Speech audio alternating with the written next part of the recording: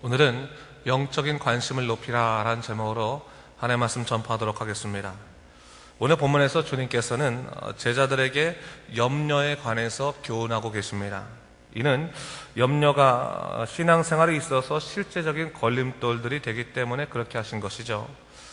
우리가 염려에 관해서 한번 생각해 볼 필요가 있는데요. 사실 염려는 현실적인 문제의 고민이라기보다는 앞으로 닥칠 일에 대한 두려움이라고 말할 수 있겠습니다. 그러기에 염려는 미래적인 고난의 문제를 다루고 있다 할 수 있습니다. 하지만 가만히 살펴보면요, 우리가 그토록 염려했던 문제들이 반드시 현실적인 고통으로 내게 다가오지는 않더라는 사실입니다. 그저 나 혼자만의 염려만으로 끝난 일들이 참 많은 것을 보게 됩니다. 오히려 염려의 치명성은 우리의 믿음을 공격한다는 데 있습니다. 사실 염려와 믿음은 한 가지 공통점이 있습니다. 이는 미래적인 일들에 대한 확신의 문제라는 사실입니다. 염려가 미래에 대한 부정적인 확신을 주고 있다면 믿음은 긍정적인 확신을 주고 있다는 사실을 좀 우리가 잊지 말 필요가 있어요. 오늘 주님께서는 제 아들에게 말씀하시기를 염려하지 말라라고 말씀해 주셨습니다. 어떠한 부분에서요? 22절 보니까 너희가 의식주의 문제, 먹고 사는 그 문제들에서부터 너희가 지금 근심에 빠져 있는데 염려하지 말라, 이렇게 주님께서는 권고하십니다. 사실 의식주의 문제는 사람이 가지는 가장 기본적인 욕구라고 할 수 있습니다. 이 의식주의 문제의 위협이 일어나면 사람들은 굉장히 위축되게 됩니다. 그래서 적어도 이 문제를 해결해야지만 믿음 생활도 잘할 수 있다라고 다 생각하게 됩니다. 그러나 오늘 주님께서 우리에게 말씀해 주시는 것은 뭡니까? 하나님을 신뢰하라는 것입니다. 너희 마음에 정말 염려가 파고든다 할지라도, 마음에 정말 위축되었다 할지라도 하나님을 신뢰하라, 이렇게 말씀하십니다. 그러면서 어떠한 교훈을 주십니까? 하나님께서 너희 인생의 세밀한 문제까지 다 살피시고 돌보신다. 우선적으로 너희가 할 것은 너희 마음을 점령하고 있는 그 염려, 그 두려움들을 쫓아버려라, 내어버려라, 그것을 주님께서는 권고하고 계신 것입니다. 그러면서 주님께서는 우리에게 영적인 관심을 좀 높이되 세상을 좀 넓게 볼 것을 우리에게 말씀해 주고 계십니다. 그러면서 24절 말씀하시는데 우리 24절 말씀 한번 같이 읽어볼까요? 시작. 까마귀를 생각하라. 심지도 아니하고 거두지도 아니하며 골방도 없고 창고도 없을 때 하나님이 기르시나니 너희는 새보다 얼마나 더 귀하냐 했어요.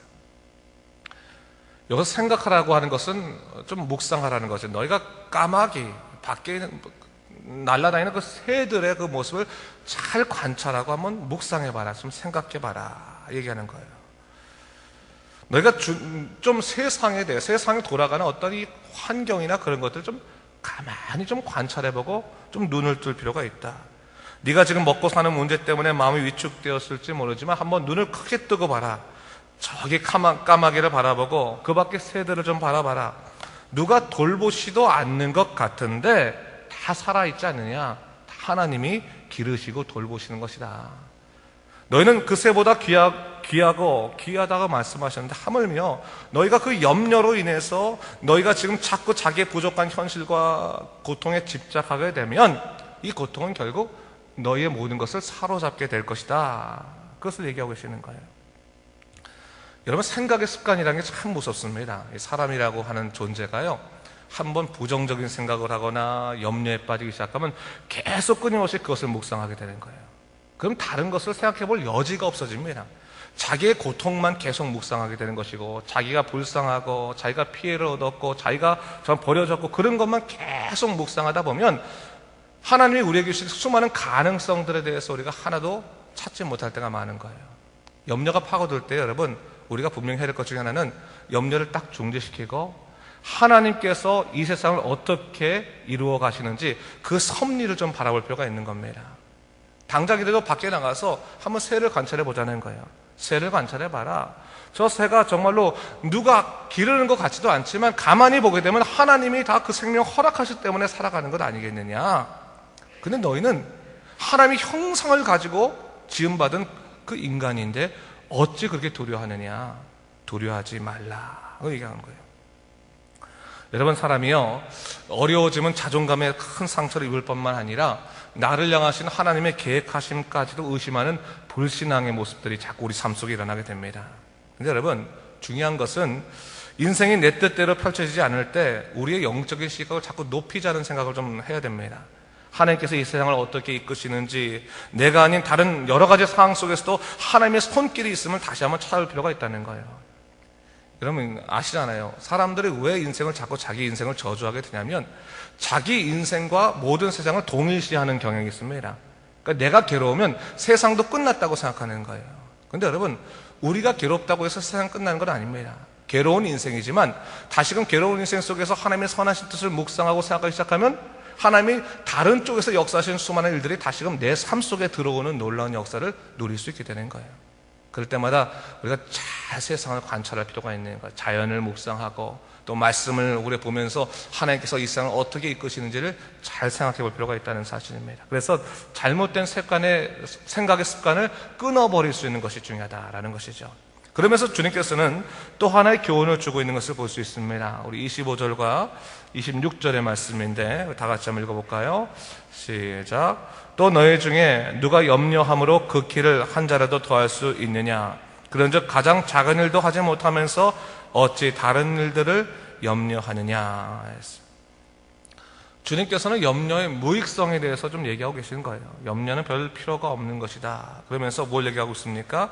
여기서 키라고 하는 것은 뭐냐면 어떤 이 도구, 이 재는 도구를 말하는 거죠. 그래서 너희가 염려한다고 해서 너희가 하루를 더 살 수 있는 것이 아니다. 그것을 얘기하고 있는 거예요. 너희가 아무리 염려한다고 해서 너희 인생에 하루가 더해지는 것 아니다. 그 생명의 영역은 누구 거예요? 하나님의 영역일 뿐이다 라고 말하는 거예요. 그러면서 오늘 독특한 말씀을 하시는데 그 하루를 더 살고 더 살고 하는 그 생명의 영역이 하나님의 영역인데도 하나님께서 뭘 말씀하세요? 이 작은 문제라고 말씀하시는 거예요. 이 작은 문제. 그럼 뭡니까? 우리 인간이 아무리 염려한다고 해도 하나님의 가장 작은 문제까지도 우리가 어쩔 수 없는 정말 미약한 존재라는 거예요. 그것을 얘기하고 있는 겁니다. 그럼 인간이요, 아무리 근심해 보세요, 아무리 염려해 보세요, 하나님께서 이루시는 가장 작은 것들도 해결하지 못하는 정말 무익한 존재라는 것을 우리가 깨닫게 되는 겁니다. 그렇기 때문에 뭘 하라는 겁니까? 염려하지 말고 의지하라, 하나님을 신뢰하라, 그것을 얘기하고 있는 겁니다. 염려하지 말고 하나님을 신뢰하게 된다면 하나님의 놀라운 역사의 세계 속에서의 귀한 일들을 내가 경험하게 될 것이다라는 것을 얘기하고 있는 것입니다. 여러분, 우리가 인생을 기쁨으로 살아갈 수 있는 이유는 우리를 창조하시고 돌보시고 인도하시는 하나님을 온전히 신뢰할 때 가능해지는 것입니다. 주님을 온전히 의지하는 사람들은요, 그 마음에 자유함이 있는 것, 자유함.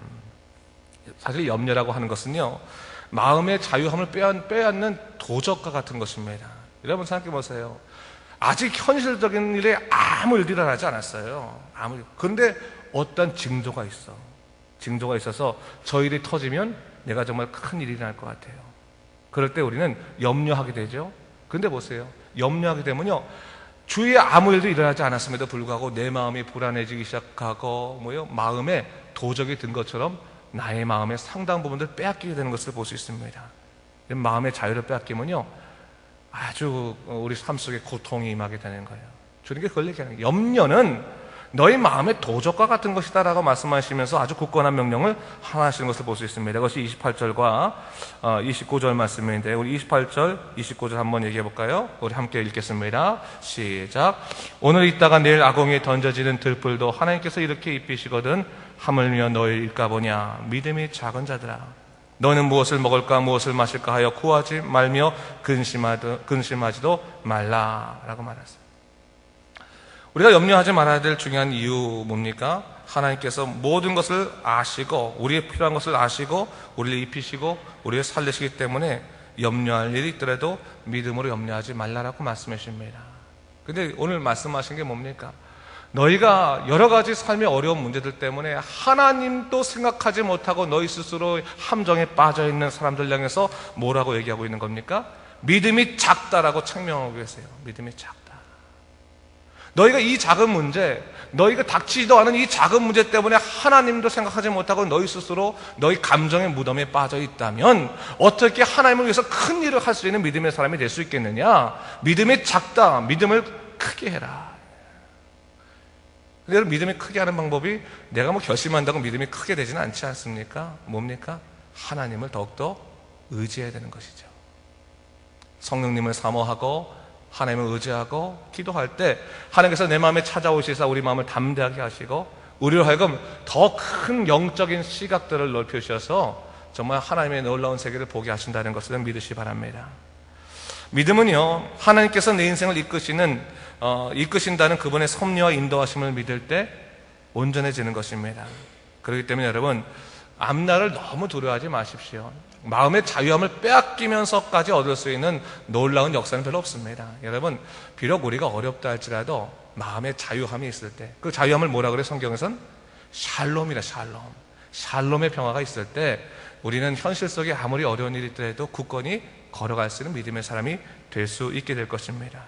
오히려 주님께서는 염려를 극복할 뿐만 아니라 뭘 더 얘기하고 계세요? 좀 더 영적인 고귀한 영적인 관심과 기대를 우리에게 요구하고 계신 것을 볼 수 있어요. 31절 말씀을 한번 같이 읽어볼까요? 31절 읽겠습니다. 시작. 다만 너희는 그의 나라를 구하라. 그리하면 이런 것들을 너에게 더하시리라. 하나님이 우리에게 기도하라고 말씀하시는 그러한 내용들이 참 독특합니다. 사실 우리가 기도할 때 대부분이 어떤 일입니까? 먹고 사는 문제가 걱정돼서 그 기도할 때가 많잖아요. 하나님, 우리 문제가 너무나 지금 힘듭니다, 고통스럽습니다 하면서 먹고 사는 문제 때문에 우리가 기도할 때가 많이 있는데, 주님께서 오늘 너희가 먹고 사는 문제를 기도하는 것보다 더 큰 것이 있다, 더 귀한 것이 있다. 뭐예요? 하나님 나라의 의를 구하라. 그러면 너희가 고통스러워하는 그 문제까지도 내가 해결해 주겠다. 내가 몰라서 못하는 것이 아니라 너희의 더 큰 고귀한 관심을 나는 원한다라고 얘기해 주시는 거예요. 여러분, 때때로 어렵고 힘들 때 하나님의 더 놀라운 세계를 바라보십시오. 여러분, 그러면 하나님께서 정말로 이루어지는 놀라운 역사를 우리가 누리게 되는 거예요. 내 형편 살피시는 놀라운 역사들을 누리게 되는 것입니다. 작은 것을 마음에 이끌려서 우리 기도가 작은 것으로 끝나는 것이 아니라 비록 어렵고 힘들지만 더 큰 놀라운 고귀한 관심을 갖고 하나님께 기도할 때 하나님께서 내게 있는 그 작은 문제들까지도 다 해결해 주시는 기쁨의 역사를 맛보게 해 주실 것입니다. 너희는 먼저 하나님 나라를 구하고 그분의 선하신 계획을 구하라. 하나님께서 그 일을 감당하시도록 삶을 책임져 주실 것이다.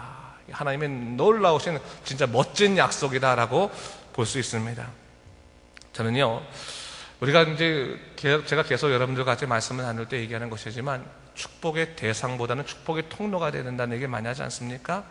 자꾸 나를 갖다가 축복의 대상으로만 삼으면요, 그냥 어떻게 보면 우리가 기도할 때도 계속 물질적인 기도밖에 할 수밖에 없는 거예요. 그렇죠? 근데 축복의 통로가 된다면 다르죠. 사명을 위해 기도하다 보면 하나님께 그 사명을 위해서 여러 가지 우리 형편을 살피시고 인도하시는 것을 우리가 경험하게 되는 거예요. 교인들이 서로 만나서 하나님께서 나를 통해 이루신 일들에 대해서 고백하고 간증할 수 있으면 얼마나 좋은 일입니까? 그런 일들이 넘쳐나야 되는 거예요. 그런 하나님 나라의 소망의 일들을 우리가 기뻐하면서 우리 삶 속에 있는 연약한 문제들을 이겨내고 하나님의 더 놀라우신 영적인 일들을 우리가 꿈꿀 수 있어야 하는 것입니다. 32절 말씀에서 주님께서는 이렇게 말씀하십니다. 적은 무리여 무서워하지 말라. 너희 아버지께서 그 나라를 너희에게 주시기를 기뻐하신다 했어요. 염려하는 사람들이 있는데 뭘 말씀하시는 겁니까? 하나님께서, 너희 아버지께서 너희에게 그 나라를 주시기를 기뻐하시기 때문에 이 땅의 문제 때문에 너무 고통받지 말아라. 하나님의 놀라우신 약속의 하나님 나라의 세계가 바로 너희 것인데 무엇을 그렇게 걱정하느냐? 비록 땅에 살더라도 땅의 법칙에 의해서, 땅의 공격에 의해서 넘어지지 말고 하나님 나라의 더 크신 놀라운 약속들을 붙들며 살아가라고 우리에게 말씀해주고 계십니다. 그러면서 우리가 마지막으로 결론적으로 좀 생각해 볼 부분이죠. 우리 33절과 34절 말씀인데 같이 한번 읽겠습니다. 시작. 너희 소유를 팔아 구제하여 낡아지지 아니하는 배낭을 만들라. 곧 하늘에 둔 바 다함이 없는 보물이니 거기는 도둑도 가까이 하는 일이 없고 좀도 먹는 일이 없느니라. 너희 보물이 있는 곳에는 너희 마음도 있으리라 했어요. 여기서 소유를 팔아서 구제하라는 말이 나온 것을 볼 수 있습니다. 근데 여러분 여기 좀 잘 이해할 필요가 있는 게 뭐냐면 당시에 그렇다면 사람들이 구제를 하지 않았나? 바리새인들이 구제하지 않았나? 그렇지 않다는 거예요. 바리새인들에 있어서 되게 중요한 3대 미덕이 있어요. 그것이 뭐냐면 금식, 기도, 구제예요. 그것을 굉장히 중요시 여겼습니다. 근데 중요한 건 뭐예요? 구제를 할 때 이들이 하나님의 놀라운 약속들을 실현하기 위해서 구제를 하는 것이 아니라 율법적인 의미에서 그냥 자기가 좋아하지 않아도 남들에게 보여주기 위해서 구제를 했다는 거예요. 사람 중심의 구제를 했다는 거예요. 사람 중심의 신앙으로 그냥 자기의 높아짐을 위해서 구제를 했다는 겁니다. 근데 오늘 주님께서 뭘 말씀하시는 거예요?